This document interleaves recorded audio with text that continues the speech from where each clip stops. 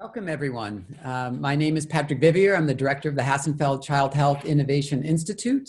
We're thrilled to have you today for the first of what will be a series of question and answer sessions with experts. And we're starting this off with critical issues around the COVID that we're all experiencing now. Again, I am the director of the Hassenfeld Child Health Innovation Institute. For those of you who may not be familiar, we have the goal of trying to help the communities we serve be the healthiest place in the world for children. We're located at Brown University, a partnership with the Brown University School of Public Health, the School of Medicine, Hasbro Children's Hospital, Women and Infants Hospital, and other partners of the university. So today we're really fortunate to focus this session on the issue of COVID and pregnancy and a chance to answer any questions you have. So we have some questions to start off with, and you can feel free throughout this session to be submitting questions that we will have our expert panel provide answers. So in terms of introducing our expert panel, we have Dr. Erica Hardy, who is the Division Director of Infectious Disease at Women and Infants Hospital. Dr. Hardy's clinical and research interests include infectious disease issues in women, including congenital infection and complex sexually transmitted infections, as well as the medical care and follow-up of survivors of sexual assault. She has grant funding from the Center for AIDS Research. Dr. Hardy is the co-director of the Women and Infants Antimicrobial Stewardship. She has also presented with has received several teaching awards from medical students while on their OBGYN and obstetric medicine rotations and from OBGYN residents. Dr. Erica Werner is also joining us. She's an associate professor of obstetrics and gynecology at the Warren Alpert Medical School of Brown University, and also an associate professor of epidemiology at the Brown School of Public Health. Dr. Werner is the division director for maternal and fetal medicine at Women and Infants Hospital and on the executive committee for the Hassenfeld Child Health Innovation Institute. Dr. Werner is a national expert on diabetes in pregnancy and cost-effective practices in obstetrics. She has funding from the NICHD, the National Institute of Child Health and Development, NIDK, and the American Diabetes Association. She has more than 60 peer-reviewed publications, has won numerous teaching awards, and has been recognized by the March of Dimes for her research. She's also on the Society of Maternal and Fetal Medicine Board of Directors and is vice chair for their health policy and committee. So we want to welcome both Dr. Hardy and Dr. Werner to this session. And we will get them started right away with some questions that have already been prepared or set in. So I think the first one is the big overall question. Is it safe to get pregnant now? Dr. Hardy, can you get us started off with a discussion of that question? So, I think we're learning more and more every day about this. I think one thing that we're learning now is that, COVID is going to be with us for a while. So one of the silver linings, I think, right now to this has been when we've looked at large groups of women, both internationally and in the US and across the population, we haven't seen particularly severe outcomes in pregnant women. Pregnant women tend to be young and healthy. And so unlike flu and, MERS and the other SARS, where we did see a signal pretty quickly that there were more hospitalizations, more severe disease in pregnancy, we really aren't seeing that with COVID-19. So, and that's been our experience in the hospital too. I don't know if, Erica, you would agree. Certainly we have had women who have been severely ill, but overall, it hasn't been as severe as we've seen in non-pregnant patients. So, I think there's always, there's always risks, and there's, other risks with pregnancy and things like that. And it's tough to be, to be worrying about the social distancing and things like that when pregnant. And then when you have a newborn, we're learning more and more about COVID, perhaps in children or young children and toddlers in the news, most recently. So, I think there's that to think about, but we do think it's safe to get pregnant, and we're able to care for pregnant patients who do get COVID if that does happen. Terrific. In that, you sort of talked a little bit about what's the experience like. So maybe we can go to Dr. Werner, as you were mentioning. What will be different for prenatal care for women who are pregnant now? What will be able to go to the doctor's office? Are there precautions that people should be taking in terms of going to the office? Can you talk a little bit about prenatal care and whether COVID is affecting that?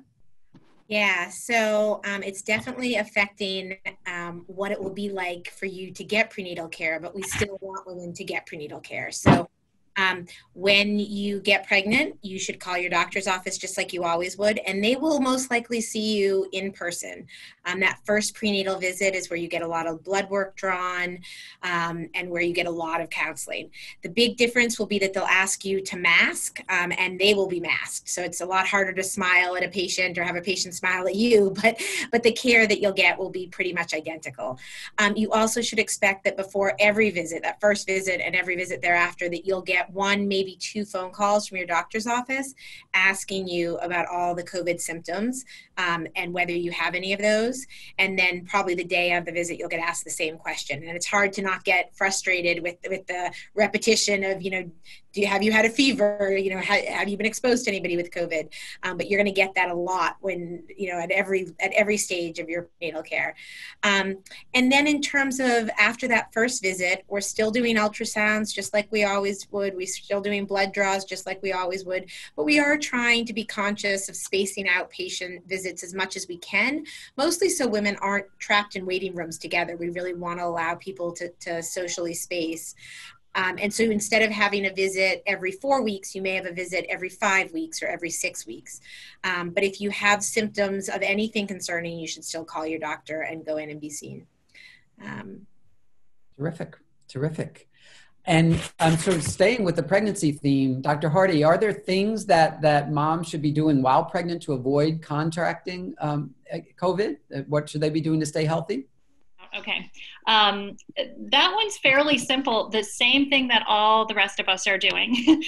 So I think, especially important when pregnant to maintain all the social distancing that you can. When you go out, wearing a mask, having folks around you wear masks, because the masks are to protect those, if somebody has minimal symptoms or is starting to get symptoms or a few days before they get sick, it's important for them to be wearing a mask. So if you're, if you're going out and about, which you should be trying to avoid, making sure other folks are wearing a mask too. So I think staying close to home, social distancing, if you have other children, having them staying with the family unit as much as possible. So I think everything, that all of us are doing to avoid the spread of infection. And Dr. Werner, if that were not to work, and if a mom does get sick with COVID while pregnant, will moms be sicker than other people who are not pregnant? Did you want to weigh in on that, Dr. Werner? Yeah, so I think Dr. Hardy sort of mentioned this at the beginning. We've been really lucky in Rhode Island. The majority of pregnant women with COVID, and we are seeing quite a few, but the majority are doing very, very well. We don't think that having COVID necessarily is complicated by the fact that you are pregnant. And so if you are young and healthy, you are likely to do okay with COVID, whether you're pregnant or not pregnant. So, the key, do have symptoms that you let a doctor know and get tested. And if you do have COVID during your pregnancy or during your delivery, then we may try to space out your visits so that we're waiting until you're not infectious before we bring you in for additional care. Mm-hmm.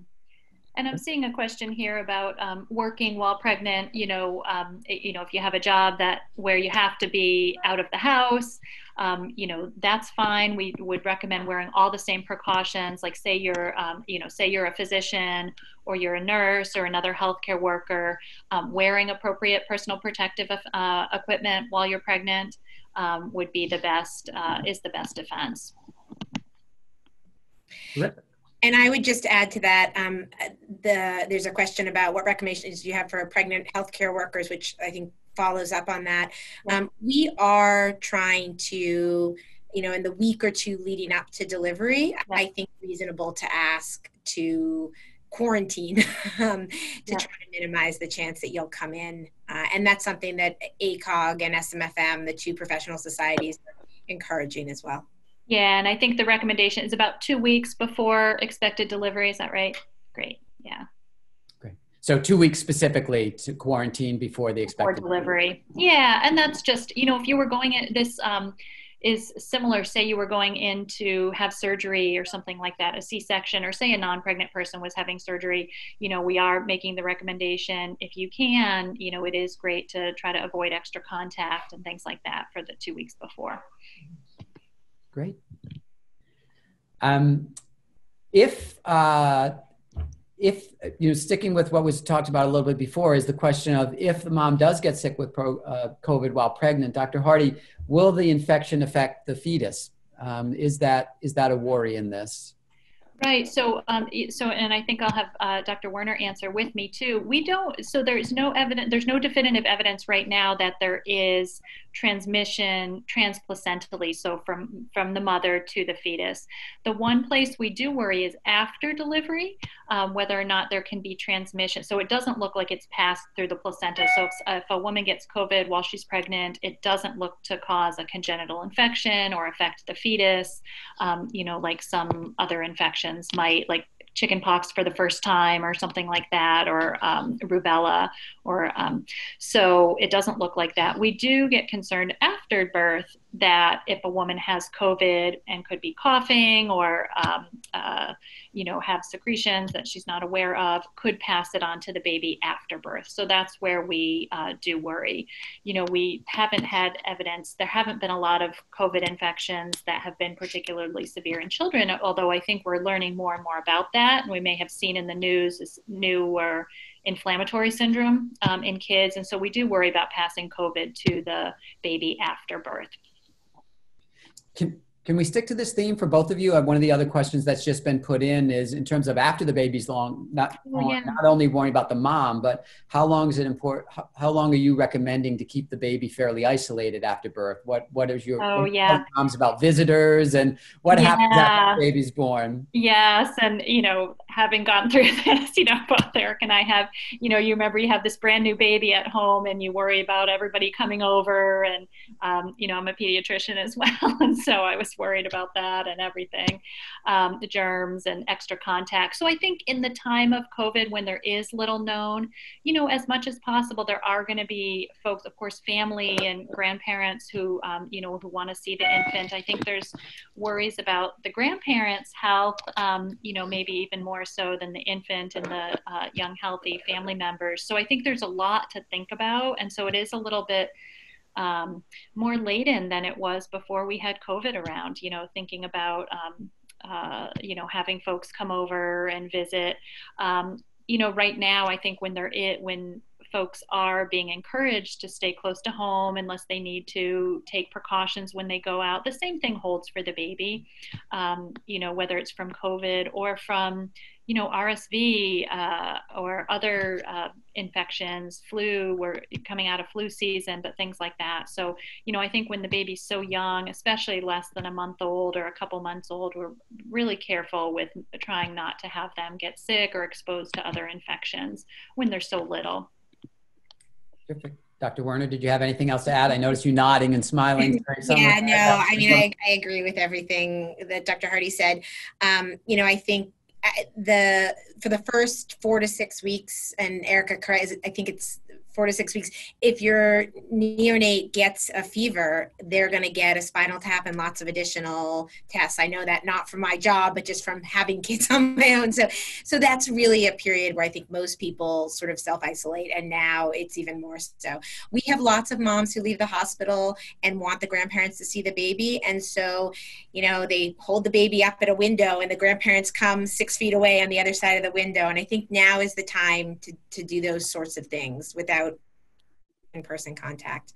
On this same topic, somebody asked, what happens if you have COVID during labor? How does that affect mother's ability? It just disappeared. Mother's ability to be with their babies after they're born. And since that's sort of on the same topic, I thought maybe I would. Yeah, please do. Right. Yeah. So most moms do just as well in labor as they would if they didn't have COVID. A few things that you may hear about, or if you're in the unfortunate situation of having COVID in labor, you will definitely hear about. We can't really do emergency C-sections on COVID patients because of the respiratory droplet precautions. So we do everything we possibly can to anticipate if a woman's going to need a C-section and do that in a very controlled fashion. the other things that may change in labor is just the number of visitors that you can have. Right now, we're letting people have one visitor with them in labor. We're working really hard to move in that direction for COVID positive patients as well. But right now, if you have COVID in labor, you can't have a visitor with you, and that's just to keep everybody as safe as possible. But we really are trying to continue the mom baby bond, and so we are letting moms and babies room in together, but keeping them 6 feet apart, keeping the baby in a bassinet and the mom in a bed, and then moms and family members on how to mask and wash their hands and wash their breasts and everything beforehand, so they can still breastfeed and still bond with the baby, but do it without increasing the risk to the baby of getting COVID. So we're trying to make labor as normal as it possibly can be. When women have really bad respiratory symptoms, sometimes they have trouble pushing, and then we'll talk about other alternatives to pushing the baby out. But in general, we're trying to offer women all the same things that they would get if they didn't have COVID. Yeah, and I think it's important to know that we are, it's always a conversation. So it's always going to be the mom's choice with her family. She can be with her baby, she can breastfeed. We encourage breastfeeding. But we know if she has COVID, we want to make sure to let her know how to do it the most safely. Wear a mask while breastfeeding, washing the chest before feeding, washing the hands before and after. But it's always, it's always a choice, and we want to keep mom and baby together as much as we can. We go through something similar with influenza too, so we want to keep everyone safe, but always with the goal of having them together and having a choice and a discussion. Yeah, you both mentioned breastfeeding and how it can still continue, so I just want to make sure we sort of emphasize that you both in terms of still fully supporting breastfeeding during this pandemic time, and even specifically if the mom has COVID. Could you just Yeah, we do support breastfeeding. There's several different ways. So our biggest concern, pediatricians, would be the baby contracting COVID after birth. And so we know the closer proximity baby is to somebody with COVID, whether or not they have symptoms, they may be at risk for contracting COVID. And right now we haven't seen a lot of severe disease in infants or young kids, but we're learning more every day, and there's more and more coming out. So, ways to decrease that happening might be to pump breast milk and feed the pump breast milk. But if that's not an option, or mom would rather breastfeed, that's okay too. There's probably a little bit more risk of the baby perhaps contracting COVID, but again, washing hands, wearing a mask, that minimizes it too. So that's why it's always a personal choice. If she would like to breastfeed, we definitely support breastfeeding. And if that's how she chooses to do it, that might be a little bit more risk of the baby perhaps contracting COVID, but still there's many advantages of breastfeeding. So we absolutely support breastfeeding as well. I'm seeing some of the questions, both in terms of preparing, is about the hospital experience. And so I'll ask the most provocative question. Is it safe to deliver at the hospital? Should people be thinking about home births? And can you just talk a little bit more about what the hospitals are doing to ensure good care? And if we can do that, as well as some of these questions are about the visitor policy, which we talked a little bit, but maybe talk a little bit more, both during labor, but then afterwards when the baby's there. So I think the same things that always made for a safe home birth make for a safe home birth in settings. For a lot of women, they are best served delivering at the hospital. They have risk factors, their baby has risk factors, and that's really a great conversation to have with your OB or with your midwife. Where is the safest place for you to have a baby? But the hospital is just as safe as it always has been, especially I think women and infants. Our rates are very low, and we are working really hard to keep everybody safe. So everybody gets screened, doctors, nurses, patients, visitors, everybody gets screened before they walk in the door. And I still feel very safe going to work. I think patients should feel very safe getting care there. You can't have 3 family members with you in labor like you could a year ago. And that is hard. So you can have one support person with you and a doula. And we've worked really hard to maintain a lot of our colleagues across the country have made the decision to only allow one person per laborer, but we allow one person doula if you have a doula. And that's because we really want women to feel supported and to choose and to feel safe at the hospital. And that one support person can stay with you throughout your hospitalization. So into the postpartum period. Before, during, and after. Yeah, there's a question. Absolutely. Yeah. And we are still allowing parents to go to the NICU if you end up with a baby in the NICU. We're really trying to use technology more and more to bring families into the hospital, virtually. It's all very much a work in progress, but we want people I definitely think patients should feel safe delivering with us, and we want them to feel supported by their families. But for right now, it's one visitor. There's another question. Are symptoms different in pregnant women than with non-pregnant women? That's a good question. They don't seem to be. One thing is there's concern with perhaps asymptomatic infection and whether that is higher in pregnancy. It's probably, we're learning that more people can be asymptomatic and still be infected with COVID and not know it. So we are offering COVID testing for pregnant patients that are coming in to deliver. And that is so, families can make decisions about the infant and things like that. But symptoms generally, pregnant women are getting the same respiratory symptoms, the same GI symptoms, but they tend to have mild illness. And so sometimes it can be quite mild or could be even asymptomatic because in general, we aren't seeing a severe disease in pregnancy. So it's a good question. And sticking with that same subject, the next question, is it true that pregnant women are going into labor asymptomatic and becoming symptomatic following delivery due to stress of the body? I think I'll let Dr. Hardy answer after. I think that we don't really know.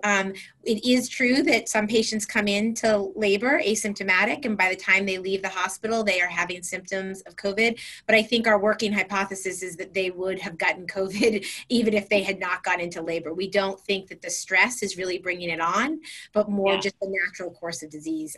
That's what I've been reading. Yeah, I think that's right, because we're not seeing that in other areas of stress either. So, so we think, there's certain people that are just presenting at a certain time during their COVID illness or before they get sick. So, so it doesn't seem like it having the birth or delivering adversely makes somebody worse.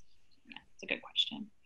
There's a question about miscarriage, and I'm not sure if this is specifically about COVID, but it varying by trimester. Is there any association with COVID or differences in risk of miscarriage by trimester to sort of address that question? We know of, and in fact, there have been pretty good biologic studies looking at amniotic fluid and looking at cord blood, and both of those specimens don't have COVID in them when babies are born to COVID moms.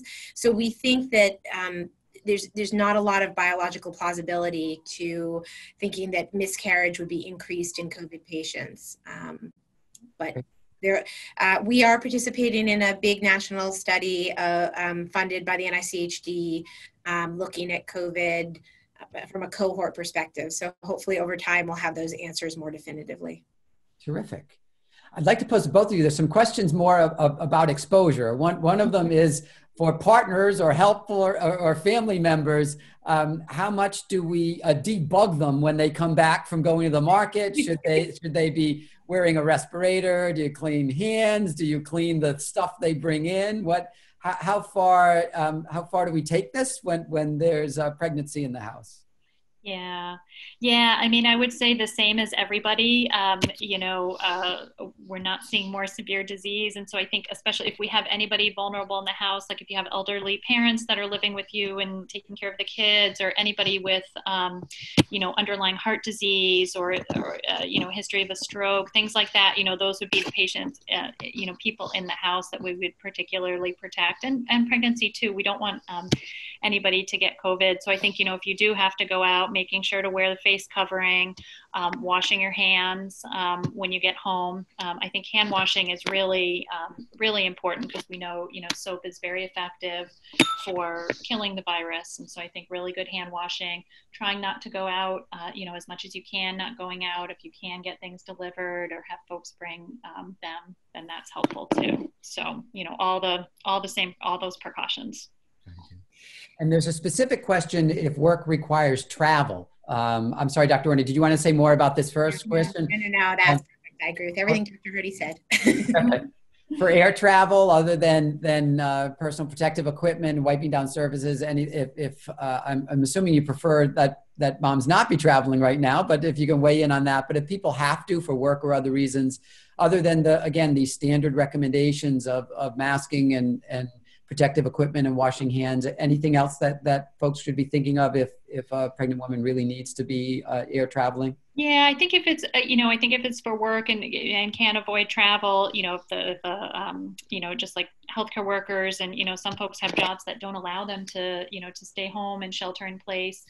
The one thing I might say, if it's 2 weeks before delivery, I don't know if Dr. Werner would agree, trying to stay close to home for 2 weeks prior to delivery. And I think for air travel, I'll let Dr. Werner speak about pregnancy. Anyway, outside of COVID, whether there's sort of restrictions about when to travel by air. But yes, all of the same precautions, nothing special having to do with pregnancy, I would say, unless it's close to delivery. But Dr. Werner? Yeah, in general, travel. Yeah. Air travel after 36 weeks is usually not recommended. And some airlines actually have policies about that, although it's hard to figure out who's 36 weeks and who's not. There is one question I just wanted to clarify. I probably misspoke. If somebody needs an emergency C-section, we absolutely will still do an emergency C-section. But we just, in terms of the labor piece, we do our very best to try to anticipate those things. And there was another question about epidural. One of the ways that we are able to still do emergency C-sections is if women have an epidural, still safe in pregnancy and encourage. Obviously, we'll do it if we have to do it other ways. But if you're a COVID positive patient, a lot of hospitals across the country are sort of, I don't want to say encouraging, but having a more decision-making discussion with patients who have COVID about whether they should get an epidural, because we know that intubation is such a risky thing for COVID positive patients. So it's a discussion that we have in much more depth with patients with COVID. But if you need emergency surgery, you can still absolutely have emergency surgery. And I didn't mean to imply in any way that you couldn't. Terrific. Yeah. There's a question about the concern, any long-term effects of COVID in the newborn, and that might not be apparent until early childhood. Before we ask either of you to address that, I just want to put a plug to our next question and answer next week. Amy Anthony will probably chime in, our communications manager for Hassenfeld, but I believe it's on Tuesday. We'll be having another one of these sessions that'll be announced later today, where we'll have Penny Dennehy, the director for pediatric infectious disease at Hasbro Children's Hospital, as well as Dr. Adam Pallant, who is a pediatrician and head of health services at Brown University. We'll be talking about the pediatric end of things, so we can recycle that question. But let's start with our two experts for today, Dr. Hardy and Dr. Werner. What are your feelings about this and late effects? Yeah, Dr. Dennehy would be great to answer that. Right before this, I was on a call with the Department of Health and our ID division and our critical care division. So she was actually talking about pediatric effects. So I think tune in next week. So right now we don't know. I think it's pretty early in the epidemic, all told. We have, there's about 3 million cases. We've seen quite a bit of COVID in pregnancy, and we're not seeing. There was another question here too about congenital infection. We haven't seen evidence of that. And, Dr. Werner had mentioned they have looked at a lot of different fluids, amniotic fluid, breast milk, vaginal secretions, and have not found COVID in those. So have not found it in amniotic fluid, and so and placenta as well. So right now it doesn't appear that there's congenital infection. Whether or not, so say a newborn acquires COVID after birth, are there late effects that we don't know about yet? I think we don't know.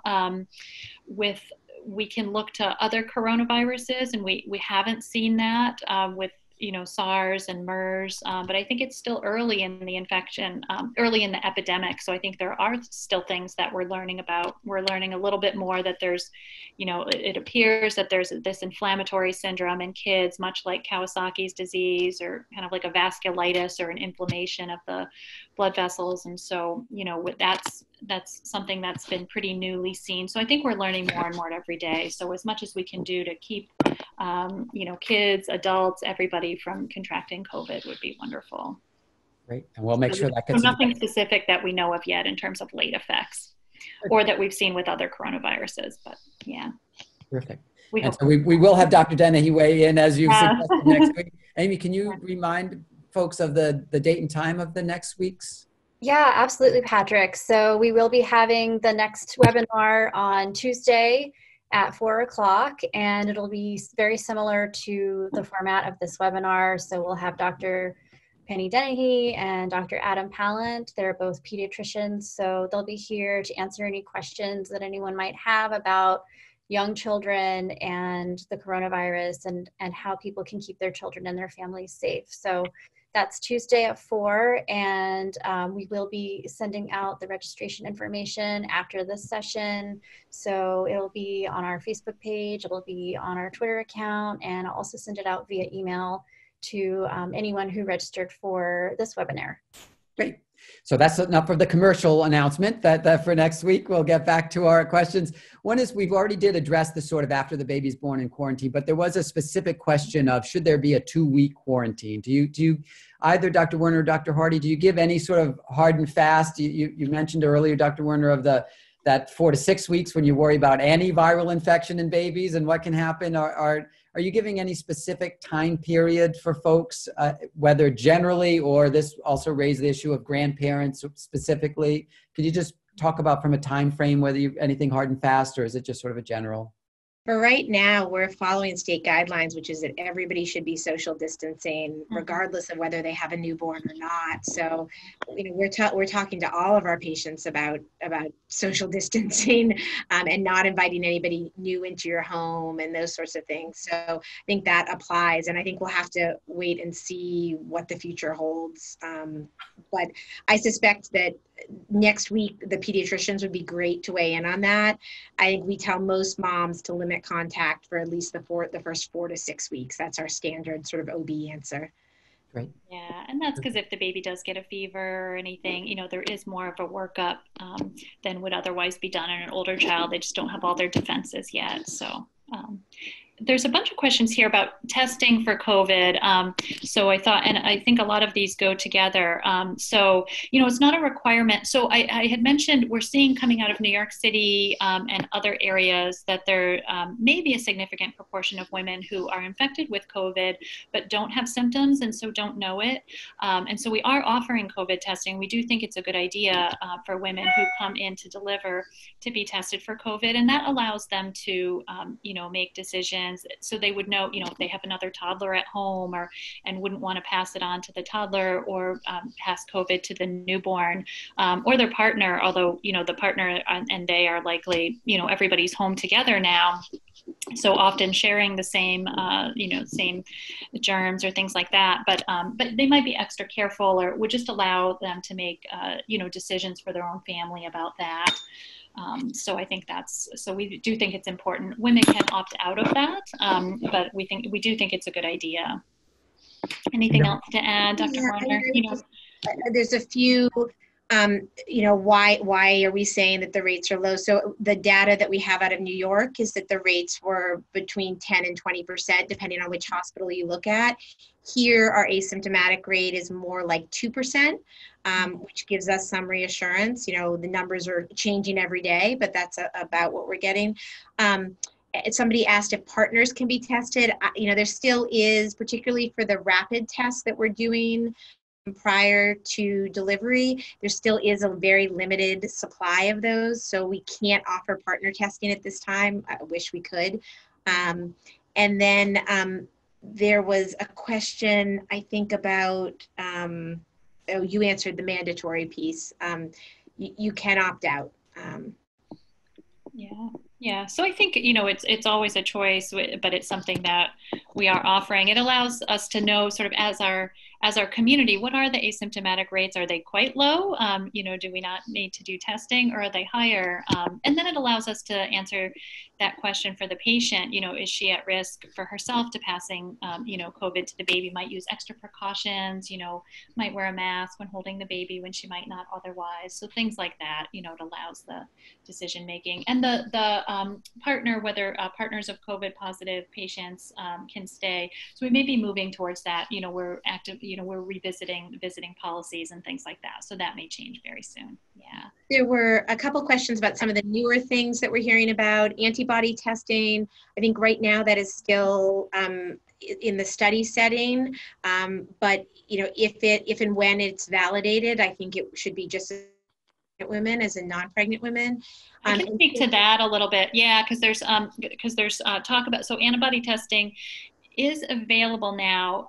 We don't think, so there are times when, so it's probably fairly good on a population level to figure out, well, what percentage of the population has possibly had COVID. What we don't know is if somebody is, there's going to be a lot of false positives because even in a population where patients have had COVID or some patients haven't, it's not super accurate. So it's a possibility that it could be falsely positive from another coronavirus, one of the common cold viruses.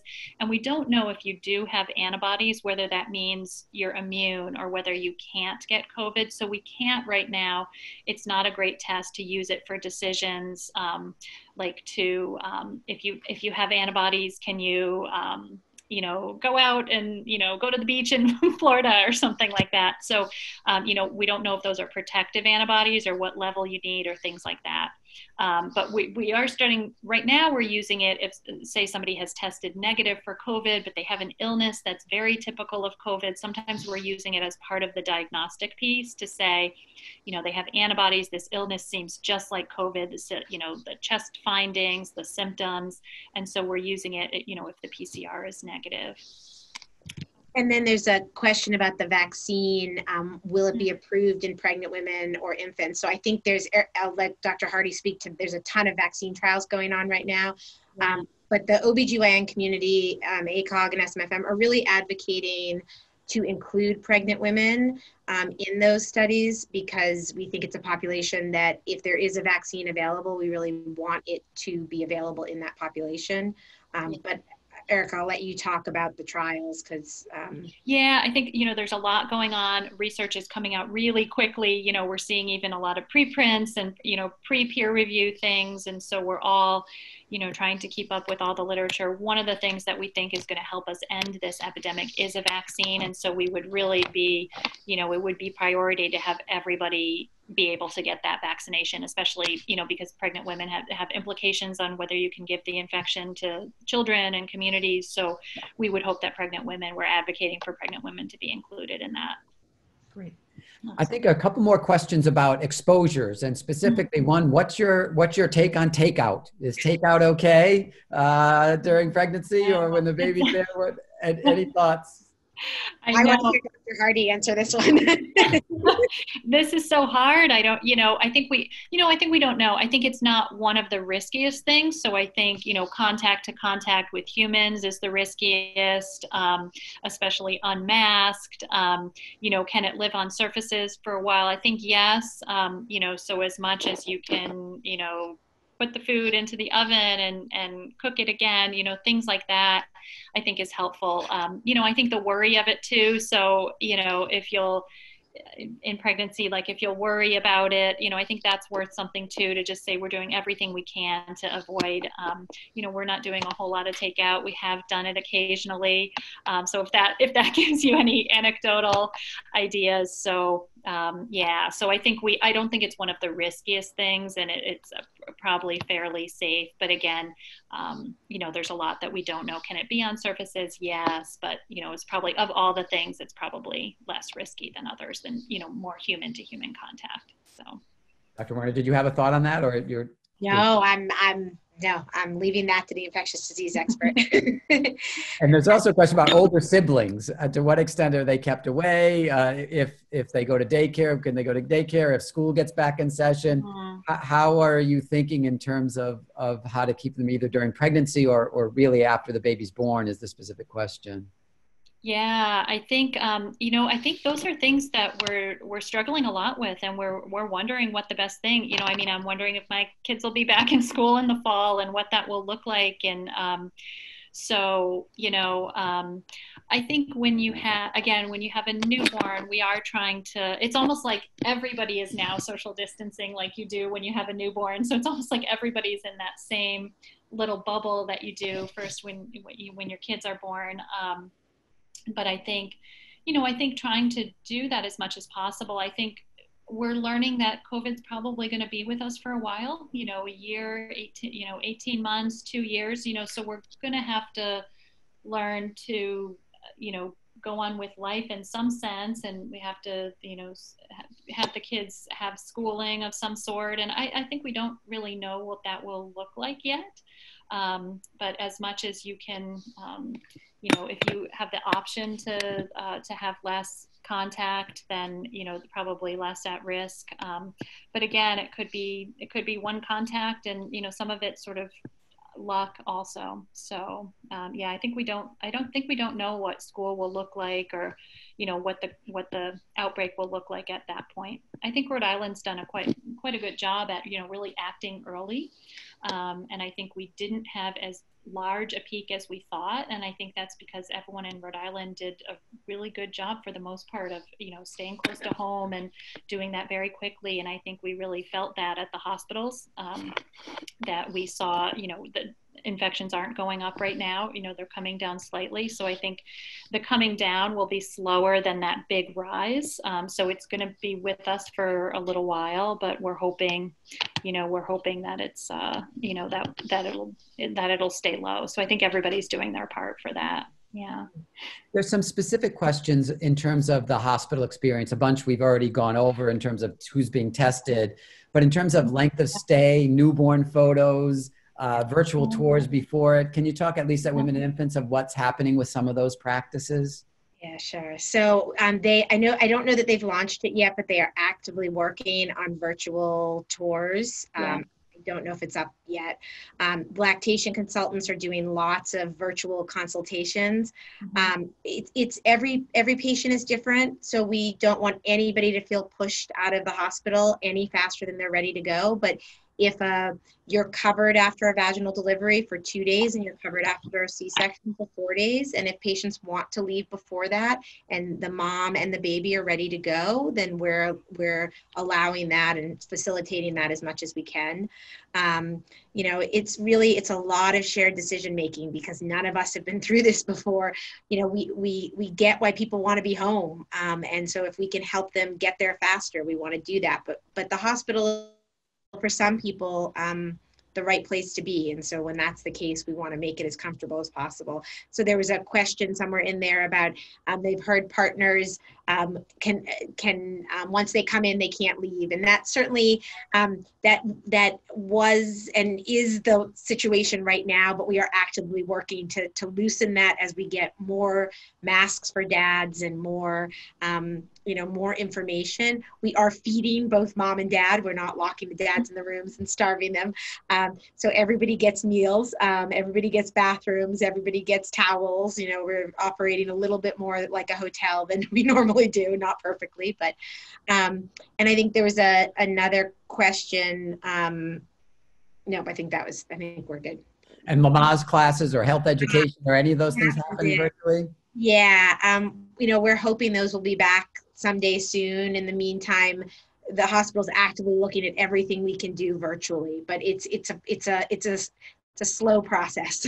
So yeah, and it's such a balance because we want everybody to have as sort of normal a pregnancy as possible, and this is a happy time and it's start of a new part of the family, and so but we want to do that safely, so thinking of the patient, thinking of her partner, thinking of her family, and keeping it safe for everybody, so we can continue to care for folks.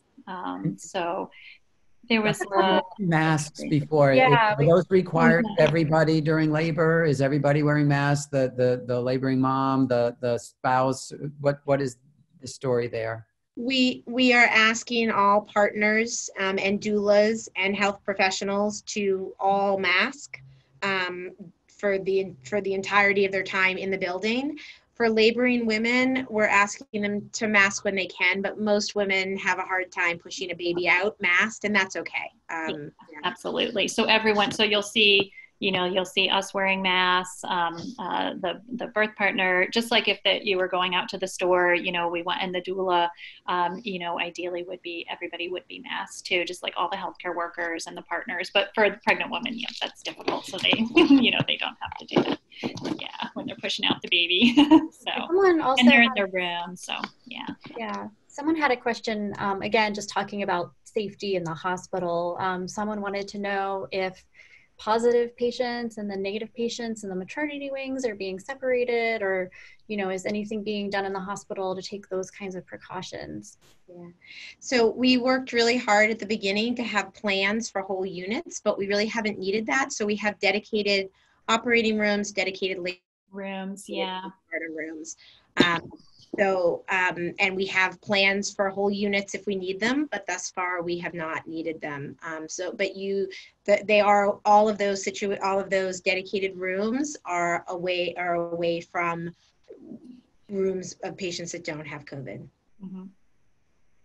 Someone had asked here, okay to have a child care provider after birth, any recommendations or precautions? Yeah, I think that's similar for, a lot of us are having this question, if you're working, had to get a babysitter and things like that. So I think just minimizing risk, if you talking to the child care provider and saying, our family's going to socially distance as much as possible. That families can socially distance as much as possible. But, sometimes you just need those things to, to work or, cope after the baby and things like that. So I think, as much as you can, minimizing risk within that, but there's ways to do that and, still have a childcare provider. So I think it's, there's sort of the perfect, but the nothing's ever perfect, and you may, of course, you may need some help, and that's okay, and that may be the best thing to do. So, absolutely. And Dr. Sorry, go ahead, Patrick. This was another question, so if you were just weighing in on that one, go ahead. No, I was going to say there's two questions about testing accuracy and whether. Let's see. I could speak to that. Let me see. We get that a lot, Yeah, let's see. And just a quick one while Dr. Hardy's thinking of that one, because we still have about 15 questions and we're almost at the hour. So let me do a couple of lightning ones. One is, you mentioned that you're not doing separate wards, but are you separating workers of those who are caring for COVID positive and non-COVID positive? So we went to team coverage on most of our units. So we're separating out who does inpatient, who takes care of COVID patients, who's in our outpatient settings. As much as we can, we're trying to do that. Yeah, we've done that as much as possible. Yeah. Let's see. And I'm sorry, I interrupted you. Oh, it says if there's a COVID positive patient, do we have to test negative to leave? No, we would just, nope. The only time where the Department of Health is requiring that is for if somebody's going to a nursing home. So those would be our, our older community members who might be going back to a nursing home. Then some of the nursing homes are requiring a negative test, but just for any patient from the community, pregnant patient has COVID, can absolutely go home same time she normally would. Absolutely. And we'll, give precautions for the home and things like that. But absolutely. Nope, doesn't need a negative test. Terrific. So let me see if we're down to almost 12. Maybe we'll try to do these quickly. If I can, just fire them off and we'll do quick questions. Is there anything that's being anticipated for the fall surge and anything people can do to be thinking about that? And also specifically, someone asked if they're a school teacher and school's going back, what should they be doing? Is it okay to be pregnant and teaching? So anything about thinking about the fall that you could both weigh in on? Yeah, I mean, this goes back to, and I think there was another question about CDC and vulnerable populations. So, we actually with COVID have not seen, pregnant patients with COVID are tending to do a little bit better than non-pregnant patients. And whether that's the immunomodulation, because part of the COVID disease is your own immune system and sort of the second half of illness, having this big storm and getting worse. So we don't know, is there a biologic reason why pregnant women are doing better? If we had a teacher who was elderly or otherwise, had underlying lung disease or something like that, we might think about that. We're not seeing right now, like with flu or some of the other respiratory illnesses where we do see a signal that there's more hospitalizations or more severe disease. We're not seeing with COVID. And so that's why the CDC and ACOG and the Society for Maternal Fetal Medicine medicine haven't said that there appears to be more risk in pregnancy right now. So we do recommend that pregnant women take all the precautions that everybody else is, you know, like pregnant healthcare workers or pregnant school teachers. And for school teachers, you know, we haven't seen as much illness in kids. You know, there's over 3 million infections in worldwide, and we haven't seen a whole lot of burden of disease in kids. That may change. We may learn new things in the fall, but right now we haven't. So same precautions.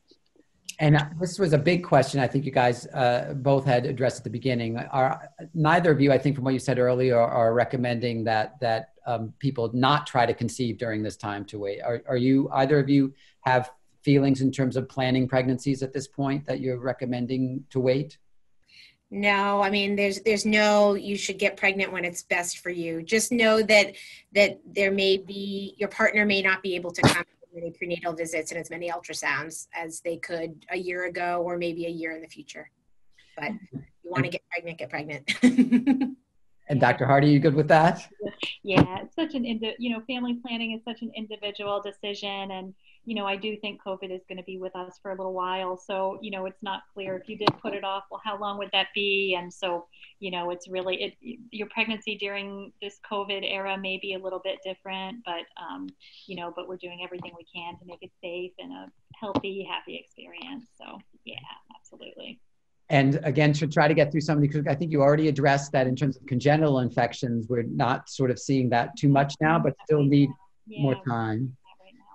And there are questions about the COVID positive mother, either and the support person, both in terms of someone weighing in, well, should I not get tested? Like if I come in and then get tested, would then can you just clarify that in terms of? So right now, if you get tested and you're positive, you cannot have a support person, but we're working really hard to change that. Just give us a little bit of time. Yeah, and that probably is going to change. And one of the reasons why is that, you know, folks have probably been, you know, maybe somebody who's already been in the house with you. And, you know, so we are saying, you know, if it's somebody who's COVID positive and in the home, at home, we may be saying, you know, use separate bathrooms, stay as far apart. And then in the hospital for support, we're saying stay in the room. But we realize it's such a, it is a family dyad, and we want you to have a support person there. So, you know, stay tuned. I think we're actively looking at that. And that's one of the reasons that if somebody's already together, you know, is it that much more of a risk? And we think it would be, you know, we think it's good to know for the infant and precautions too. So, yeah. And someone was asking, is there an upside? So for a mom who may have been infected early in the pregnancy and might feel okay about that, is that potential upside that it might not happen later, or just overall you're sort of reassuring? Yeah. I mean, so, and I think somebody had a question too. Is it possible to have found out that, you know, had infection early in pregnancy, I think. So could it be possible, could it be positive anyway to have already been exposed early in pregnancy and recover? Yeah, I mean, I think for everybody, one thing we don't know right now is whether you can get COVID again. You know, I think we're hoping that antibodies are protective and that if you've had COVID infection once, we're not seeing a lot of evidence for reinfection. There are folks who have tested negative and positive again. Some of that data is out of the early data from China, but we think probably they were all very close to that first infection. So it just may be intermittent shedding. So we think that was probably all part of that first infection. So we're not seeing evidence now that of repeat infection. We're still learning about that. So if somebody had the infection early in pregnancy, you know, it's possible that we're hoping that it means they would be immune to infection later in pregnancy. We don't know the answer to that yet. And I think, you know, just like with any illness, you know, is it better to get it and get it over with? It can be such a terrible illness that I think, you know, most people, and especially pregnant women, most young, healthy people do quite well. But we have had young people who get quite ill. So I think we'd like to avoid anyone getting it if we could. We're coming to the end of the hour. I'll see if we can sneak in a few more. I'm hoping we don't get cut off at the end of the hour. But if, in case that happens, I want to thank Dr. Hardy and Dr. Werner, who've just been amazing. And I want to thank Amy Anthony for organizing this. I hope we don't get cut off. Let's see if we can do lightning round of these last 7. We've answered over 50 questions. You both have been amazing. is there any worry about being too cautious with keeping Yeah. moms home too much while pregnant? What are your sort of feelings? Is there any worry about going overboard there? Yeah, so I mean, I think the real thing is we know that moms on bed rest are at higher risk for preterm labor and other complications. So if you're trapped in your house and you're not moving as much, that can be an issue.